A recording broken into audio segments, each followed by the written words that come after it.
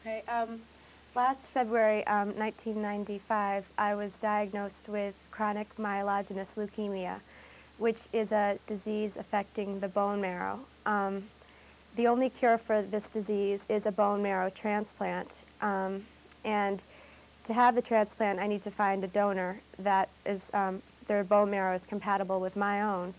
And we tested 32 relatives in my family, but none of their bone marrow type was suitable enough to match mine. So right now we're trying to find an unrelated donor for my bone marrow match. But so far we've searched the 2 million people in the registry, the bone marrow. Madison family in their fight to save their daughter's life. Christina DeFranco has the story on their desperate search for a bone marrow donor.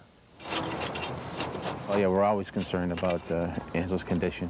In the past year and a half, Adam Hubley's most important chore, finding his 17-year-old daughter Angela a life-saving bone marrow donor. Well, you go to work, you do your normal things, but when you come home, you always have to worry, you know, how is Angela doing? And, you know, there's always in the back of your mind, you know that there's no match. Angela has a rare form of leukemia, and the family's free time centers around finding a match. They've sponsored 9 blood drives to date. Another is scheduled for Monday. Each of the drives is a lot of work. We have to do fundraising and publicity, and I go to the drives and I greet the people that come in to register as potential donors and shake their hands and thank them for coming. It's a lot of work for Angela's parents as well. After school, Mother Allison and 2 of her students hang posters in local businesses advertising the drive.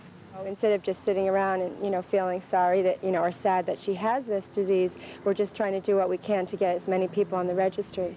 The Hubley's blood drives have recruited nearly 5,000 donors. Chronic myelogenous leukemia, they're supposed to have the transplant really within the first year, and she's already had it for, been diagnosed for over a year now. So it's just like a clock that's ticking, and at any time she could go into blast crisis, and if that happens, they can't do the transplant, and the patient can just die sometimes within weeks.